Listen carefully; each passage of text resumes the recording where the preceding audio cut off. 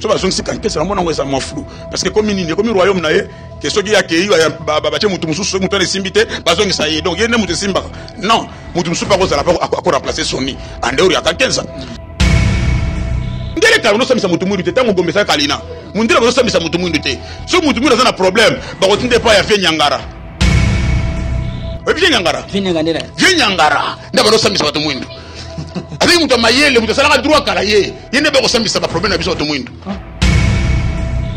tu mundele soki oye yo mutu mwindu bena ba problème bena ba conflit na bino et pas mundele tela bia bokene nyangara akata ndebe siko mo nyangara akata bimati bokene nyangara akata siko nyangara akata wana amu wana musika bozo yadi nyangara akata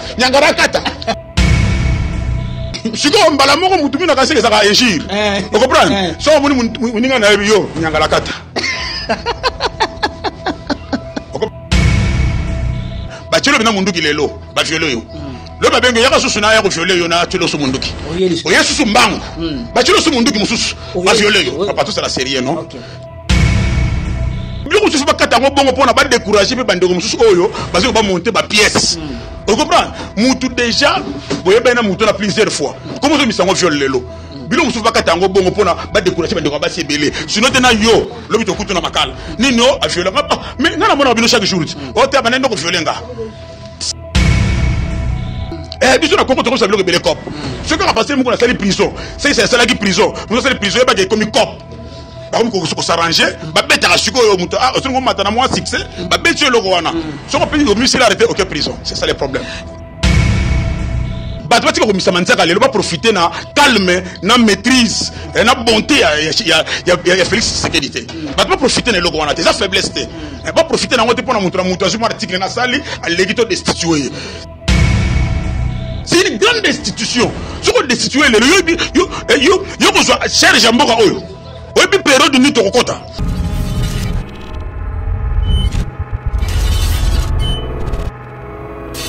Bienvenue chers internautes partout dans le monde. Bozolanda biso susu na émission na bino bolingaka mingi émission Tolobele yango. Allez-y comprendre aujourd'hui. Je suis avec l'homme dédié Papi Kilolo oyo to ko sala bongo ba analyse par rapport à ba actualité aux ko se faire passer na kati ya République démocratique du Congo. Émission lelo, je vous dis vraiment en tout cas restez branchés bino ebinenge ndeko Papi Kilolo nenga bimisaka biloko na ba vérité to sola tout sauf rien.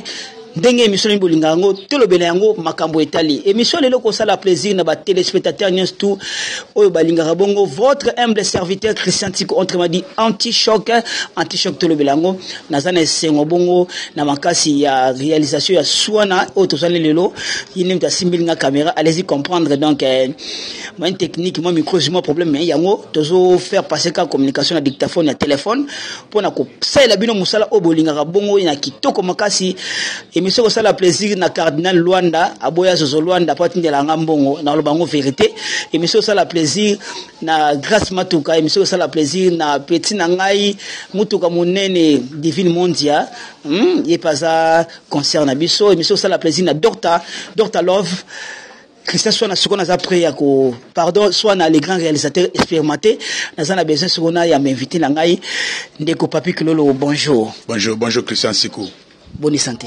Non, santé, ça va, Dieu nous fait grâce, tout va bien. Nicolas, apparemment, qui bien?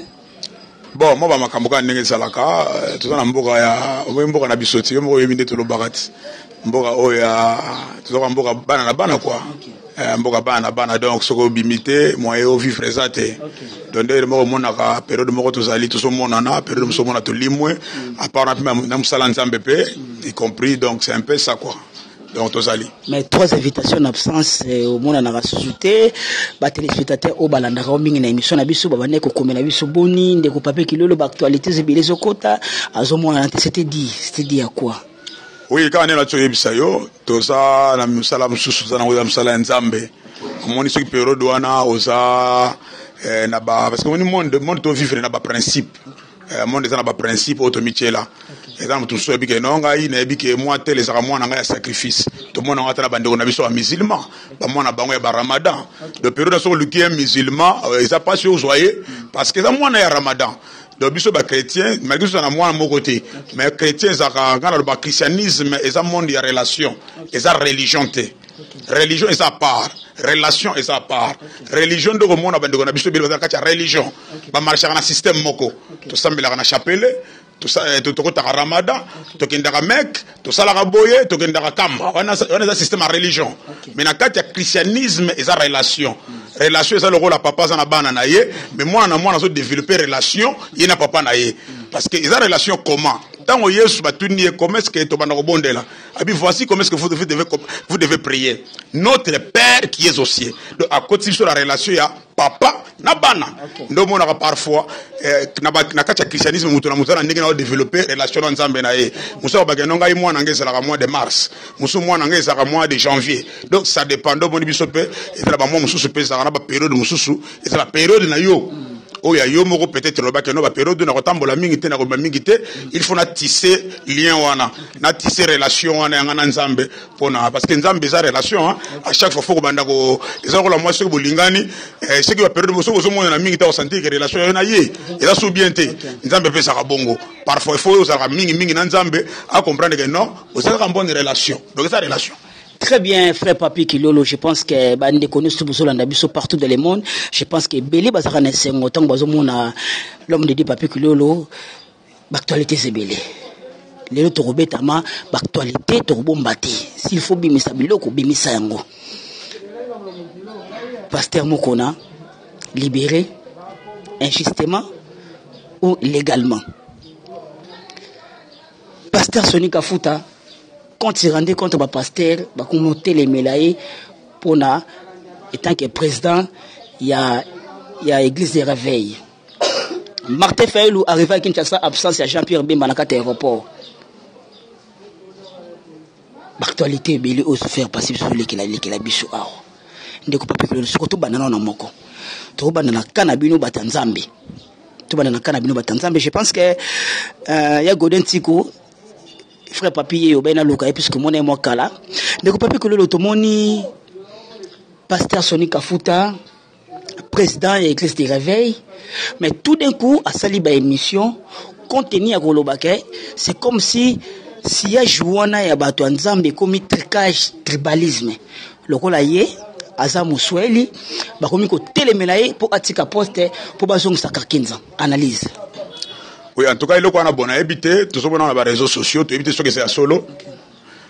Ndenge tout ça comme déclaration là, mais parce que le bac est pas fan de ça, y en a c'est, vu bah ma camarade bango quoi, et ça en zungu, et ça parce que on est à cuisine moko un peu interne. Donc baso lingaba fan de ça, c'est peut-être pas mon katamboli bienté, c'est là bilo nous estamos à un règlement d'ordre non et on dit comme il banda de ba fan de ça on ne sait jamais mais ce qui déclaration est ça solo bilo bozolo ba wana yake parce que ba fan de ça parce que azamo swahili makambo sana maboka baluba mon frère c'est trop bas mais tribalisme on côté partout c'est na batanzambe mais c'est ça le problème ceux qui ils a bongo beaucoup bato bongo ils a tribalisme pardon ndenge bazolo ba na landi nani numéro na landaki balobiki ye moko pe nani pasteur Soni azolo bakeno balongolinga parce que naza mo swahili abiki bokonzi na maboka baluba mais non on est ça ko tomber na niveau moko trop bas est-ce que toi vous pensez que pasteur Soni Kafuta grand homme dédié à coller à la télévision David a annoncé le bon mais on vit son rang à quoi jamais contenir babilo bon même ça solo vit son rang tout banana cadre wana vit son rang parce que déjà on est très influent et le ko loba ba te belé ba ko ndima yango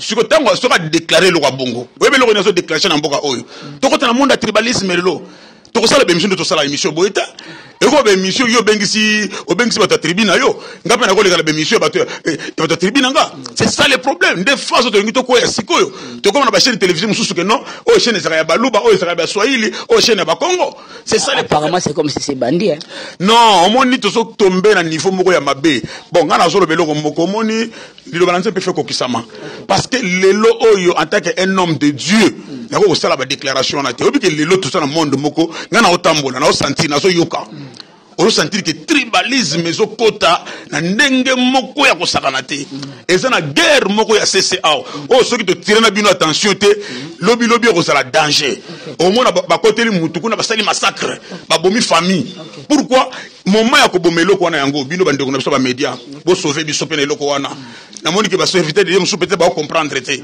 monde to vivre Congo eza ya ba tribu eza ebele na mboka oyo et puis to misaka ba luba ba soyeli ba Congo bangala wana to bosa na ba pendete to bosa na ba suku to bosa na so banani to bosa na so ki ba bibikolo eza ebele na ko tanga ngo ate eza tellement ebele suko tribalisme ngo eza na 4 bikolo zaka na 4 bikolo ande bangala ba kana ba soyeli te ba soyeli na ba luba te ba ona ba Congo te ce n'est pas ça biso ba serviteur de tout ça censé ya ko protéger nani wana Mobutu to bana to bana Mobutu azali mutu mabe asalaki boye e asalaki païen Mobutu afandisi unité nationale na mboka oyo point positif ya Mobutu ya wana a gagné eloko wana c'est-à-dire que unité nationale. Mais Babi, c'est comme si et le Congo ça l'enca départ d'autres puisque tant Joseph Kabila Zalaki tout le monde qui va privilégier ça qui rien que Kaba Soeli les autres comme une époque il y a président Félix Tshisekedi tout le monde peut les va privilégier comme Baluba parce que ça c'est fois si pasteur Sonika Fouta Aleka pour Asala a revendiqué ba droit naie par rapport au tant que président Bolimbo Fandissé dans les vides accusation malongue ça pourquoi Bosong Sarara pasteur Kakenza pour quelle raison Zumonte que makamongo so que des pères puisque n'importe quel Kabila basoyeli bazaki favori lelo Tshisekedi d'ailleurs baluba ne beaucoup mis en avant et yoka problème yoka eloko wana est-ce que yo ça sire que so balongoli so di bazong 15 et puis quand ça muluba et l'autre solo quand ça muluba te so ka ça et tout casser n'est pas muluba parce que on ça casser mais ça muluba te tout ça na casser sur la bibi ko le belé na casser sur la baketa tout ça na basonge tout ça na ba tout ça ba luba te ba casser belé ba ça ba luba te tout ça na bikolo eze belé ba kanyuka ba ça na kasai on se comprend mais ce qu'on a on tout ça mais na cacher na ti ba luba so ebi ke ba 75 et puis ngana limité bon na ebité so ba 75 ya solo on comprend et so ba 75 ça y est en tout cas ben normalement on peut moi flou place wana parce que tout le ba tout faut tout ba vérité mususu so ba 75 normalement on ça moi flou parce que comme royaume na ye que so ki ya ke ba che mutu mususu mutu na simbité ba zongi ça y est donc yene mutu simba non mutu mususu pas ko ça pas ko remplacer Sony en dehors ya 15 na kata plateforme na ba Congo bazali non na kata plateforme na batebele basali bakolo ka pe mutu moko kaka na bango na bacheye mais est-ce que ndeko papi kilolo e ko la te parfois pour la vérité oyo ndeko na biso pasteur Sonika Fouta alobaki na ba média pour na propos makambo ya Justin Malonda na cardinal na biso ambongo bon moni terrain wana kuna ngako tango mingi te parce que ba terrain moko très compliqué so baso babiloko wana moni so tali bien na kati ya toute la forme te fond pour abimisa ba vérité fond ya problème wana c'est-à-dire que makambo eze belé je mona le kaka na émission le baka moni biloko so ba plateforme ba sali pour na makambo nzambe wana nzamba sana kati ya biloko wana te biloko wana nzamba sa te da biloko batu bavandi ba beti machine na ba ba calculer ba sali ya bino yoko mo le baka français bien yoko za la porter parole yoko mo sa bo mais ça choix nzamba sali ba tuté comprendre ndomoni batsuko ba kwena ba piège wana bisika so nzamba salite voilà ba résultat to zaka ko recruter lelo comprendre biloko ba salaki yango ndomoni ngana ba ngona kati ya plateforme na église réveil o beza ba grand serviteur de basa na mboka oyo basa plateforme ba sala pe succès ba c'est belé ba pa na so sita lemba bazali barola dalo bazali ça na plateforme ya réveil ba Marcelo tuna si bazali non ça plateforme ba pa na so ba mutombo oya ministère amen ça na biloko wana te ba serviteur de Dieu parce que biloko wana ba comprendre que nous sommes salaki yango pona moi ba intérêt moko boy mutu moko bino bozo mutu qui représenter bino bon to boité na likamunyo surtout organisation za la kaka boko s'organiser bo sali yango mais biloko wana tango bo sali yango na bo moto bolingo associer nzambe ba résultat yango c'est-à-dire que nzamba za na biloko wana te et ko ba intérêt mutu akena cop na quoi ba bengi ye allié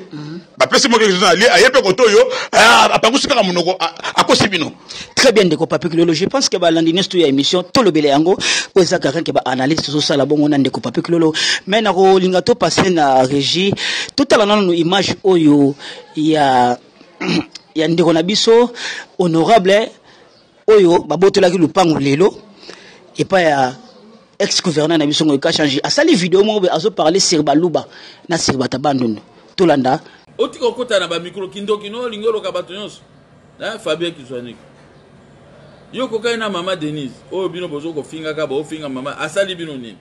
Moi c'est abato alobaka te. Azape na tina na bino te. Akipa pe makama mobali te. Jamais a réponda ba. Yo bana poto bakanga yo ndoki. Oza ndoki. Siko lingolo ngana kindoki no soko yawa to ko chelo elo mo pato ukanga yo na ndoki no to tambuso na boulevard de 30 toujours attaque ndoki. Yo zo bangate yaka nga siko na ukanga na baluba. Mais baluba ils sont encore plus calmes et civilisés que vous autres. Les baluba n'insultent pas les gens, ils protègent les pouvoirs, mais bazo ko protéger batonyon surtout ils nomment batonyon surtout même ba finga bango. Oso moni baluba ba menacer mais yo zaka contre moi c'est baluba pour l'année. Moi c'est baluba salioni. Hein? Monoko lange ko tanga kombo no te nazo tanga ngo siko po za muyaka. Loko za muyaka tika yako tala bandeko no ba yakande ba o gérer ville à Kinshasa. Bino boyebi ko gérer ville. Hein? Na koyebisa Félix aluke la gouverneur a vu le problème a bengana bino ba yaka beaucoup ko gérer mboko te bobe o gérer ville à Kinshasa. Bino boyebi ko gérer ville. Hein? Na koyebisa Félix aluke la gouverneur a vu le problème a bengana bino ba yaka beaucoup ko gérer mboko te bobe bisi Congo bokomi koteka kaka ba pousse boulevard 30 juin moto a pousse a kotambola kuna ndengini. Kasi musana na bino za pousse. Hein? Yo koma tiesika mama Denise azali. Mais pousse nano otiki pousse na yo, otika pousse na kuna soki na maluku soki wapi. Hein? OK no kota tio que no bana mwasi ya bato. Hein? Yo za kotre baluba poni, baluba sabinoni. Bangala to gérer 32 ans. Ba Congo ba gérer 5 ans. Ba Swahili ba gérer soki 21 ans. Ba siko baluba bazui pouvoir. Okotika baluba te ba vivre.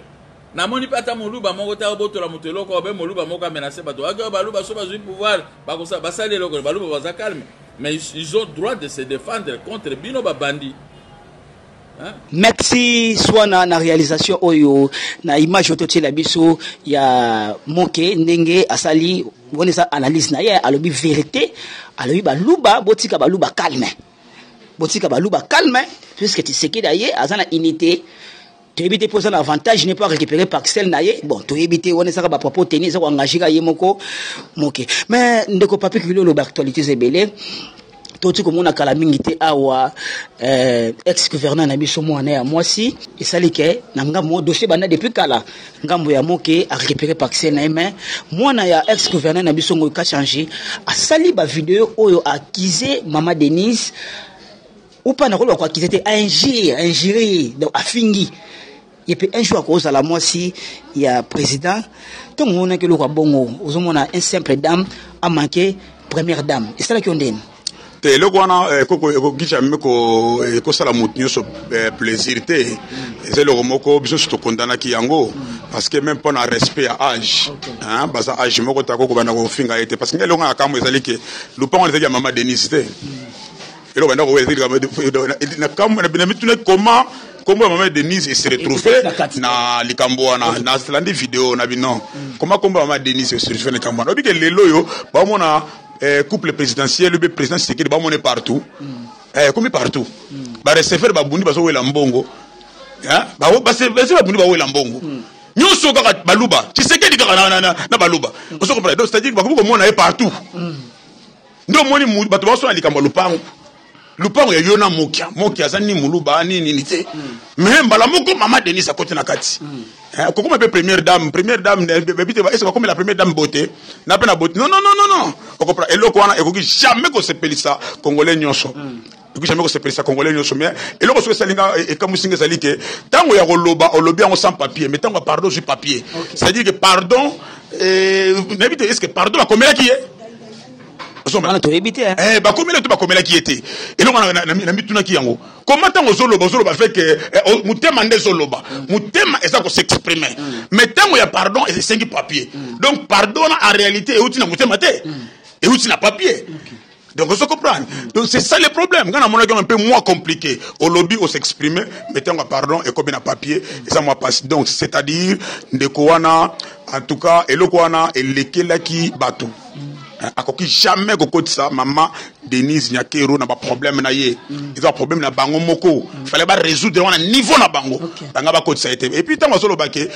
maman Denise Nyakero a memi atikele ko mema ko azana plainte moko ta sali contre moi nango kasanji a sali plainte moko te hein mais problème des ali kezaka batu etikanga na yo to moni ngo non eloko boso continuer na mboka batu bile ba no sala yango ba ko la pinité biloko boso ba sala yango te que parce que to za na pouvoir to nyoko la batu to sala ngo ande ba sala ngo ande pona ko éduquer parce que ce que bo sali yango te dorénavant mutu so pa ko yapena ndenge na yepe afingi tango to solo ba ki yo ba ndoko finga maman Olive na TV ba finga maman Olive ba finga président Kabila ba sala eloko te yo za siri ke ba finga Kabila na TV président Kabila na TV ex président ba finga na TV maman Denise maman Olive mutu la yebani aleki na TV afingi mutona ba inquiété ba poursuivre été non quand même injure les gens condamnable tant ofiki mutu même so ofingi ngaka mutu na lekana nzela na kofunda yo parce que so que même na loi il y a et ça l'article ils sont condamnés loko wana ba injure wana tant solo bana mutu osako c'est il faut ta la peine na mutu solo bana ye tala nanu ajina ye tala rana ye osolo badi lokola mwana moko boya netika fimo bobo na veni akolakisangani non moi respect on est faux ça là on me dit toujours bazana moi folie wana ya folie de grandeur netika ka moto affaire na lobakango parce ba débrancher ngo et s'il na nuté yo so mona ko ndire moto affaire na ko repasser lamba ba to so ba teke makambo c'est changer makambo c'est changer ndango biloko wana air moko pe faut moi ngana senga moi rigueur faux ça là parce qu'il faut respect à travers le pays où ils ont le droit ils ont développé à niveau nini non non mon até mutumwa leki na TV on ko finga ndika moi si ya chef de l'état on ko le moi chef de l'état to solo bateka pour na to pousser batu pour na bakangaye ba sale mabete mais to solo bade pour na dorénavant donc on a besoin moi ça il faut se corriger merci moi respect ndenge l'homme ne dit pas que le lobby na lingi na annoncer bientôt le 30 août sortie officielle il y a frère Gelor album single nae na kombo ya Docteur Jésus. Je pense qu'on va aller à côté des régies soit na au extrait biso image oyo ya Gelor Malanda entre de l'États-Unis azobi misa album nae le 30 août oyo donc c'est-à-dire batnews tout na ba plateforme news tout Docteur Jésus bima total ba image. Shalom peuple de Dieu, je suis le frère Gelor Malanda, votre frère. J'ai une très bonne nouvelle à vous annoncer. La sortie de mon tout premier single, Docteur Jésus.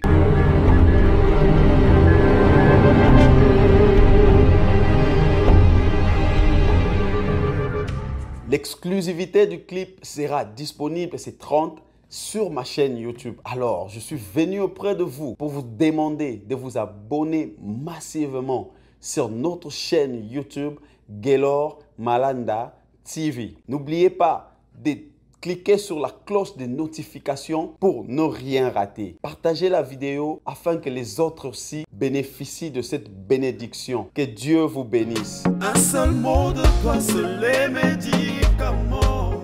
Merci, je pense que élément où ça lui plaisir na Tita Diamani en direct des États-Unis émission élément où ça lui plaisir bongo na Zozo Luanda Pati Luanda Blani Luanda na kata salon Abi émission ça lui plaisir na Fallon Moussasa Ornella Moussasa yana leki ba ponana na bomba sana ba camarade te na kata Houston émission ko sala bongo plaisir lisusu na mon vieux Alain Tungu Mpio Finanga kati émission ça la plaisir ya jarne site x4 kwenda su kwenda depuis zakenda mutamala masala raté motema ya mère Sophie Muzombo ndeko papi kulolo jour pour jour to moni mbala moko paf Vital Kamerhe centre Nganda point d'interrogation to yeba ki ba osengela liberté provisoire mais to yebite soka so bela nini et comment les réseaux sociaux et pandémie partout dans le monde Vital Kamerhe dans l'hôpital à centre Nganda est-ce que tout le bas et ça déjà liberté ba pessier na sous coulisses pour population ébaté est-ce que Vital Kamerhe a raison à sous la prison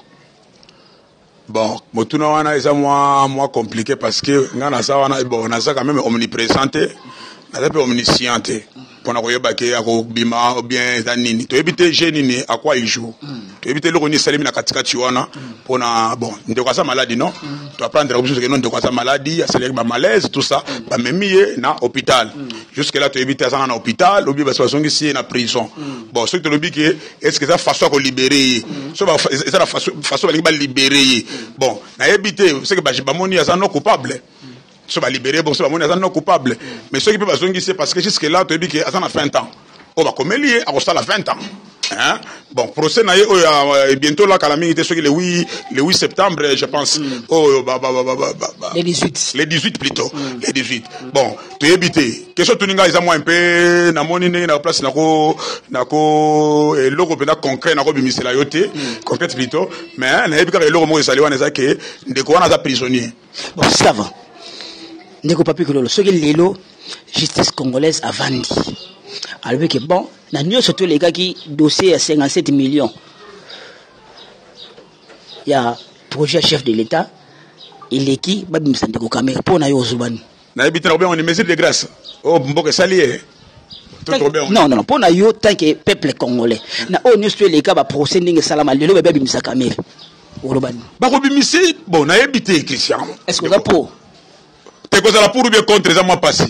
Cause la pour ou bien contre ça m'a passé. Na ebité au moninga la babelo mususu lelo congolais nyonso akomi congolais nyonso sali droit. Côté na réseaux sociaux congolais nyonso sali droit. Et loko so banque na mboka au pour le ma yango wana. Mutu nyonso sali droit. Donc oyo kangi olingi pe l'état kangaye. O mutema no kangi. Yo po lingi pe l'état ba kangaye. Ce que o mutema no libéré olingi pe l'état ba libéré. Donc moni so ba libéré oyo. Pourquoi bo libéré oyo bo tiki oyo. Donc ba yebite que musala ne sa na justice. Donc les Congolais le mutu nyonso ayebi droit. Na mama oya bilanga ya kasi bo tiki oyo, ya kasi bo kangi oyo pona nini? Kasi pas ça innocent. Ba so ça innocent. Oba ba dossier mususu ba sambisa ngo to la dossier ya mutu ya kulune, mutu so kisaki yeyo, ye paye oyo. Non. C'est un homme politique. Faut que ça fait beaucoup de sagesse. Même après c'est libre comme mango boité parce que c'est un homme politique. Donc tu éviter lobby naie et ça n'engenine. Donc moi ça ça mutu bongo, il faut ça la mayele. Yo c'est la preuve le la mutu mo yibaki lipa yibaki yango yo, ye paye yo. Papa lipa yo mutu yibaki yango te. Non ba ça c'est bongo te. Donc c'est ça le problème. To komi biso nyonso lelo. Congolais tout a commis mutu à droit. Na ba économiste, na ba commerçant. To komi so ba droit. Biso soutenu baritique na ebite obi faso mboka tomber lelo mon frère Christian na bisio et comme ko bangisa et comme ko bangisa mutu nyonso ayebi mingi mutu nyonso donc muto obi tango bible lobaye ke bato belé te basala ba enseignant na comprendra Jacques dans livre Jacques ay bo misala ba enseignant te pour na jugement abino sala makasi donc na comprendre pourquoi bible boya ke loko wana obi na yo comprendre loko mboko fallait pas bato nyonso ba ke na université. Et là, c'est compliqué, bato belle fala passer à l'université. Na bisu yo na mboka oyo to ba universitaire mususu na habité. Non moni munyo so to na boyebi. J'ai étudié, je suis aussi un universitaire. J'ai fait mes études. Je suis docteur. Je suis licencié. Et là, je mboka oyo. Oyebi na comprendre fa mutu nyo so tout à quelle classe. Oyebi période akala, ba pa na so na problème ni te pour ani. Ba il était parce que tellement belé. Nyoso ba kasafu bona ba lumumba ba zoela bango ba ndi makaka. Tout ba na le moment ba ndo ndi makaka. Mais lelo to na problème moko. To na problème moko lelo. Ndo moni kala mundele avaji asambisa mutu mwindu. Avono ba osambisa. Yo biango. Mundele kala no sambisa mutu mwindu te tango gombesa kalina. Mundele ba sambisa mutu mwindu te. So mutu mwindu za na problème ba kotinde pa ya vie nyangara. Yo vie nyangara. Vie nyangara. Nda ba no sambisa mutu mwindu. Avec mutu mayele mutu sala droit kala ye yene ba ko sambisa ba problème na biso to mwindu. OK. Tu mundele soki oye yo mutu mwindu bena ba problème bena ba conflit na bino et pas mundele tela bia bokene nyangara akata. Ndebe soko mo nyangara akata bimata. Okopra bokene nyangara akata. Bokene nyangara akata siko nyangara akata wana. Amu wana musika. Bozo yadi nyangara akata. Okopra mundele jana musika tanga mona bozo ya. Nini? Nyangara akata. Siko mbala moko mutu mina kaseke saka ejir. Okopra so muninga na yo nyangara akata. Okopra Bona nini kinyangarakata bimaki kinyangarakata nde yango yo kisasa kinyangarakata autofreze kinyangarakata c'est-à-dire mutu nyonso osala na yo zana osala médecine bado bakati likambuya papa na biso vital kamere baza basali droit yo fanda observer bango no bébé loko bazo sala kinyangarakata nezo sala yo vous comprenez mutu asali nani un commerçant na zandu azo kondele pe makambo ya procès bato wana batiki passer muku na so basali nini wana te ba yebelo wasali te wapi ba preuve Nyangalakata. Merci Ndeko Papi Kilolo. Je pense que Nyangalakata ni Ndeko Papi Kilolo lobby est injirité. Et ça vraiment analyse moi synthèse am que comme vraiment ko chité na suka émission na biso. Je pense que na zara na esengo bino bibo na esengo toto za bongo na Ndeko Papi Kilolo l'homme dédié oyo a pesa biso makambo o fungola toujours makambo pona ko édifier peuple de Dieu, ko édifier population congolaise, ba diaspora partout dans le monde. Je pense que cette émission va faire plaisir à mon privé partenaire, maître Didier Skoumingu Motema Chantal Ntiku, bah Léna Mabé, Naba Bango, Benji, Gandini, na Hervé Koumingu chantre dédié, et monsieur ça la plaisir, bongo mingi na Christopher Kanuka Motema Chélit La Rose na Kata Suisse, et monsieur ça la plaisir na maître Christian Moussombe, maître propre, maître swag, et monsieur ça la plaisir na Bofi Klianza na Suisse wana, et monsieur ça la plaisir na Bristaline Mwamba, et monsieur ça la plaisir sous Makasi bongo awa na moni Chico Alcatel Motema Clarisse Makasila. Chico Alcatel Motema Clarisse Makasila bientôt samedi au cas conseil mozobeta malakata France wana na bokasi bongo ya Chico Alcatel équipe ese ebele ya batno so kitambo conseil eza Emilia invité et rete watana beto kozala wana batebe ba kozala wana en tout cas weekend kitoko bokine déjà to comme na suka émission Ndeko Papi Kilolo question suka lelo tomoni libération ya pasteur évêque pardon Mukuna bat ba tuna Tibola à perdre Tibola azaki na raison dossier viol et le moins ndengeni pour tout le monde évêque Mukuna azala libéré ou ba libéré mais évêque Mukuna sali vidéo na yemoko on a zo relation tout à l'heure bomona akumisi makasi le président Félix Tshisekedi tout le monde tribalisme quand ils ont joué ou bien justice ndekati makambo bien Justice ndekati makambo nango on sûr naza siko na tu ebisa yoti na inazala Nyangalakata te na tu ebisa ngo déjà parce que justice asali musala na ye ngai na sala droite justice ndasali musala na ye oyebi docteur so kuti docteur même asa mwana moke parce que no mutako pero ye wana yoko douter na age na ye pour lui topisa ka ba au docteur confiance asali liyo ki sa ko la commune pe poison na ordonnance oko somba on ponomela obi so banini papa tika docteur yemo mutako melinga donc on a confiance pour lui topisa ba juge na biso confiance on a te o topisa ba docteur na ba chauffeur mutazo même yoko za la pe acho kumbande lelo mettre mazaka na kecha jaune yoko timbala moko ozu vi na yo o hypothéquer ye. C'est-à-dire que ce bêtise on a mire na yo beaucoup fi mais autour ni te que papa ngana ko tana mutu kana yo la ça on a pas papier au sala auto kolo yo so to chauffeur bongo de taxi mais confiance on peut ça non aujourd'hui nous mo pèse au vandi tout ça la paix ba magistrat biso confiance ou non to peut ça bango confiance non et ça tribalisme te yo ko tana mutu ko tona ko la chauffeur mon frère to tika biloko wana passer Mukuna bango de ba yebi dossier oyo il faut ko ya Mami Tibola ande on a biso a moisi ce que ça là qui viole ndeko nanga ba violera moto 4 fois te yeki yo kiango déjà mingi hein ba tshelo bina munduki lelo ba viole yo lo ba benge yaka susu na ya ko viole yo na tshelo su munduki o yesu su mbango ba tshelo su munduki mususu ba viole yo pas tout ça la série non c'est à dire que est-ce que bakambwana ezaka makampo na passer Mukuna a muluba hein so azali même Mukongo ngaba libérer te tout ça la série on a vraiment une limite hein te yoka remerciement sur le bac remercier chef de l'état mutnyo même période mutnyo même période ya président so Kabila oya choleka hein so ba bisi la prison on remercier le chef de l'état et bien ngobso nyoso remercier qui paraté ça c'est bakanga ki ba libérer ça que muluba te et on dit que dossier on est flou ba libérer ba non et ça va muswahili période wana ba libérer qui parce que on dit que dossier parce que même en viol so bo tirer attention biso news de ta prison oui bien go so to dit que ba biso ça va raison na viol et on peut ça peut dénoncer so basi mutu makasi et comment mutu so ko boyi na yo nye ba mutu boyi na ye amoni ke ngana relation to continuité akimi mbangu a violanga c'est-à-dire que bino news so lo ba aho bon se retrouver na makala on comprend pourquoi biloko se fa katango bongo pona ba décourager pe bandeko mususu oyo bazo ba monter ba pièce on comprend mutu déjà boye bena mutu na plusieurs fois comment so misango viol lelo biloko se fa katango bongo pona ba décourager bandeko ba sebele sinon tena yo lobi to kutu na makala nino a violer mais ngana mona bino chaque jour o te banendo ko violenga pour finir bandeko na bana basi mingi ba fille mingi ba ko fungola misu ba ko masoki mutu aboye ate On comprend. Donc il faut pas qu'attendre bongo pour ne pas décourager puis bateau monter ba film. Nous tous en en nuire carrière no Christian. Azana pour ça on nuire carrière na yo. Aya mitiki ye moko. On comprend. Yo moko peut bi ka resala na bongo. Tango ke yuna lobby a mission en viol. Et ba kango ben oni. C'est injustice non. Il faut passer la bateau na bongo, bande on basi msu passer la bango bongo pour ne pas décourager bango parce que Congo ke ba elo comme un cop. Biso na Congo to ça le bele cop. Ce que va passer mo na sali prison. C'est ça qui prison. Nous sali prison ba comme cop. Ba comme s'arranger, ba beta suko yo muto ah on mata na moi succès, ba beti le wana. Ce qu'on peut dire monsieur arrêté aucun prison. C'est ça le problème. Très bien Ndeko Papi que vraiment nous sommes arrivés à la fin de cette émission. Moi ba salutation na lombango vraiment bazo signaler biso ngonga. Moi ba salutation na batu no balanda kayo na batu balinga kayo. Au PCP numéro de contact non malgré ça ils affiché na bande de l'écran mais au PCP numéro na.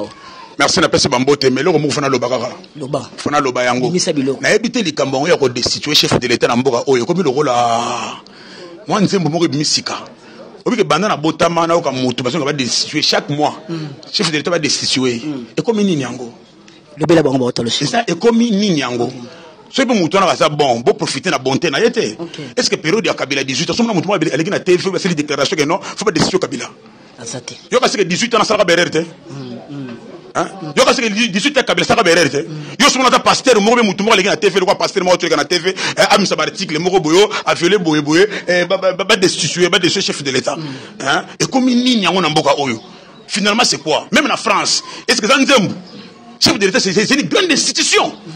Parlement coûte ça la berere yo sulu bakanyango déjà. Vous comprenez? Mais pourquoi les locaux comme nini na osenga vraiment la bandeko moi minimum ya respect na chef de l'état minimum ya respect na son excellence Félix Tshisekedi minimum ya respect c'est que parce que il le français parce que ça la droit au jour moi article moko boyeleki na TV net pasteur wana ceux qui pasteur ceux qui Théodore Ngoy aleki na TV aleki asali moi ceux qui point de presse oh non destitué est-ce que bika c'est docteur en droit là bika c'est docteur en droit c'est un professeur mais biloko nous sommes à la période de 18 ans amona ba ça si article là le BC à Lokota papa attends article na solo baboyi bato batika ko misama nzaka lelo ba profiter na calme na maîtrise na bonté ya Félix Tshisekedi bato ba profiter na loko wana te ça faiblesse te ba profiter na ngote pona mutu na mutu azuma article na sali aleki to destituer c'est une grande institution ce qu'on destituer le yo ko cherche mboka oyo oyebi période ni tokokota Ndeko Papi na moni ke komuko malakanda vraiment nazokuka to moloba pour na comprendre que komuko malakanda makasi mais pesaka moi ba mbote rapidement na pesi mbote na bandeko nyonso balandi biso mbote na bino moya ta ba kombo ezate ba tellement ebele ngasa na kanda te poko mina kanda te omoni bilo mususu ba osala yango e comme ko sala pe bien te même au sala droit batumi ba sala droit banda kala mais le batuni so nde ba misi siko manzaka na bango pour le moment on dirait ba président moko boye il a laissé aller vous rendez trop fan Tshisekedi na Katio Maloba je suis arrivé à la fin de cette émission si bon mona ki image oyo sali bongo plaisir kitoko to na bokasi bongo ya réalisation ya Swana on a bien que bongo CG ya groupe ya Batista émission ko sala plaisir na plus petit na dadi yanke Maxime Dengoye émission sala plaisir na Masia DJ Solo DJ Swag émission ko sala plaisir na ba modéliste c'est ne ba aller à petit na Naomi grâce matoka keba bote pele kebeleti ana komi na suka soki bomoni to lobi mabe to tuki mitema na bino bolimbisa s'il y a des suggestions il y a des remarques ba commenter et surtout na bino to sana opération abonnement ko rater tant tali vidéo au seki aux huiles quelque chose s'abonner et cliquez toujours côté like et que ça ga like yende ndongo na lo bani sona comme na suka chikicha cha cha